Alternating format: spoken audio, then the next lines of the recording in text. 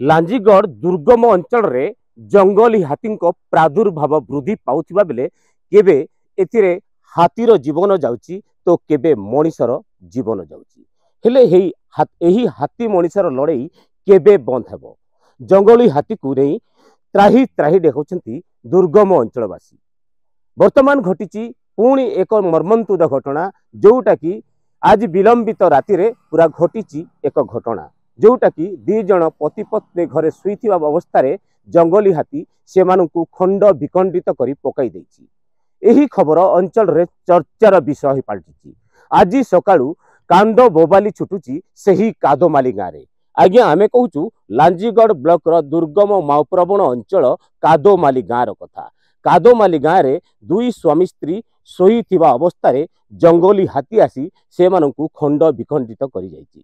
आज सकाळू ग्रामवासी एवं पड़ोशी गाँ माने समस्ते आसिक एठी रुंड हुई कांद भोबाली रे घाँ फाटी पड़ुछि।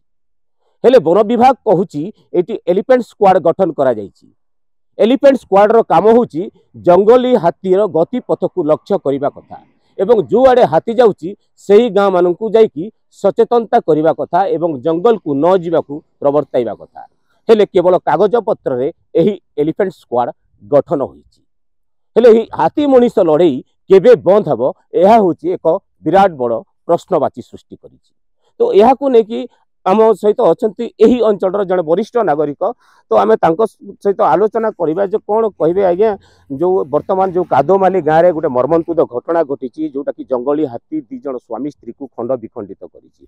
एहा को नेकी कोन कहबे एते कहारो दोष रहउछि? एठी वर्तमान जो ये मर्मन्तुद घटना घटी कादोमाली ग्राम रे लागवाल पंचायत दुर्गम अंचल रे जो माओप्रवण अंचल अच्छी से जगार वन विभाग तरफ एलिफेंट स्क्वाड मध्य गठन होकर कर्तव्य होची जे हाथीर गतिपथ को निरीक्षण करी लोक मानू सचेतन करवा एवं तांकर जीवन को धन जीवन प्रति बंचाइबा पई से चेष्टित होवा कथा।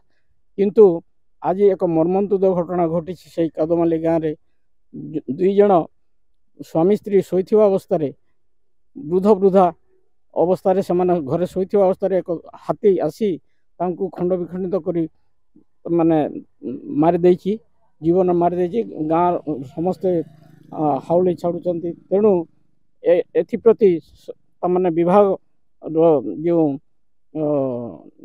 निदाविष्टु अवस्था रे अछंती सेमाने तांकर जो कर्मी अछंती एलिफेंट स्क्वाड को सेमाने सचेतन करंतु एवं एई जनजीवन केमिति रक्षा हेबो सेति प्रति ध्यान देबे एवं सरकार प्रशासन मध्य सेति प्रति तमाने सुदृष्टि दियंतु। एहा ही हमर जो जनसाधारण दाबी। निश्चित भाव में आपण शुणुथिले जो एलिफेंट स्क्वाड अच्छी से एलिफेंट स्क्वाड कहीं काम करू नहीं, कहीं वन विभाग वर्तमान पर्यंत निदाविष्टु साजिश। वर्तमान गोटे पर गोटे जीवन जाउची एही दुर्गम अंचल रे। आगरु मध्य अनेक नजर रही जोटा कि केबे हाथी मरीची तो केबे मनीष मरीची। दुर्गम अंचल रु हाथी भय केबे दूर हेबो एहा को नेकी विराट बड़ प्रश्नवाची सृष्टि करिछि। वर्तमान जोटा कि कादोमाली गाँव रे वर्तमान एक शोकर छाया खेली जाइछि जोटा कि हाथीर भय त्राही त्राही डाकुचंती दुर्गम अंचलवासी। मनीष एवं हाथीर लड़ाई को नहीं किछि लोक जोटा कि किछि गाँव मध्य छाड़ी सारे। तो यह को नहीं कि वन विभाग कहीं वर्तमान पर्यंत निदाविष्टु साजिछि ताहा होछि विराट बड़ प्रश्नवाची। तो आग को देखा बाकी रहुछि तो यही दुर्गम अंचल रु हाथी भय दूर हेबो केबे? उचित सुरक्षा पाइबे लोके केबे? वन विभाग केबे उचित पदक्षेप नेब एवं हाथू घौड़ेबारे समर्थन हेबो ताहा देखिबाकू बाकी रहिला। कलाहांडी जिला दुर्गम अंचल लागबहाली पंचायत कैलाश साहू, नक्षत्र न्यूज।